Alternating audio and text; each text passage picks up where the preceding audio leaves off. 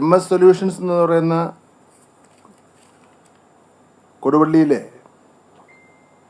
YouTube ചാനലിന് സകല മര്യാദയുടെ അതിരുകളും ലംഘിച്ചിരിക്കുകയാണ്.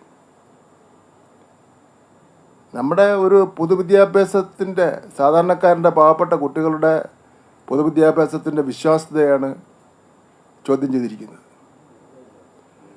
അത് അവർക്ക് വ്യക്തിപരമായി ലഭിക്കേണ്ട ലാഭത്തിന് വേണ്ടിയാണ് ഇത് ചെയ്തിരിക്കുന്നത്. ഒരിക്കലും ചെയ്യാൻ പാടില്ലാത്ത കാര്യമാണ് അവർ ചെയ്തിരിക്കുന്നത്. അപ്പം അതുകൊണ്ട് തന്നെ പൊതുവിദ്യാഭ്യാസം സംരക്ഷിക്കുക എന്നത് വിദ്യാഭ്യാസ വകുപ്പിൻ്റെ മാത്രം ഒരു കടമയും ഉത്തരവാദിത്വമല്ല, സമൂഹത്തിൻ്റെ ആകെ തന്നെ ഒരു കടമയും ഉത്തരവാദിത്വമാണ്. സമൂഹവും ഇക്കാര്യത്തിൽ ഇടപെടണമെന്നുള്ളതാണ് എനിക്ക് മന്ത്രി എന്നുള്ള നിലയിൽ അഭ്യർത്ഥിക്കുവാൻ ഉള്ളത്.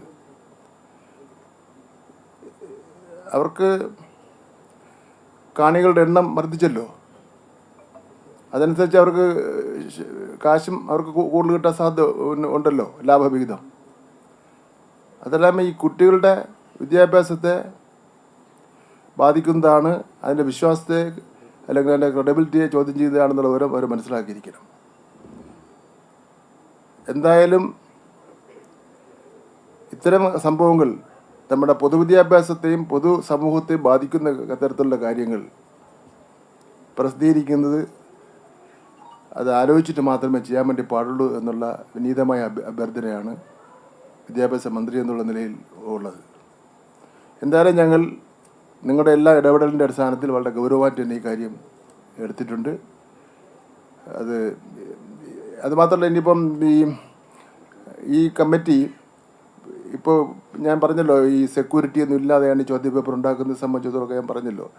അപ്പോൾ നമുക്ക് എന്തൊക്കെ മാറ്റങ്ങൾ വരുത്തണം എന്നതിനെ സംബന്ധിച്ചിടത്തോളം അവരൊരു നിർദ്ദേശം നൽകാൻ വേണ്ടി പറഞ്ഞിട്ടുണ്ട്. ആ നിർദ്ദേശം SCRT കൊടുത്ത് SCRT ഇപ്പോൾ തയ്യാറാക്കിയിട്ടുള്ള നിർദ്ദേശം കൂടി വച്ച് ചർച്ച ചെയ്ത് അതിലിപ്പോൾ ഉടനെ നമുക്ക് ചെയ്യാൻ കഴിയുന്ന കാര്യങ്ങൾ ഉടനെയും short time and long time എന്നുള്ള നിലയിൽ നമുക്കത് നടപ്പിലാക്കാൻ കഴിയുമെന്നാണ് പ്രതീക്ഷിക്കുന്നത്.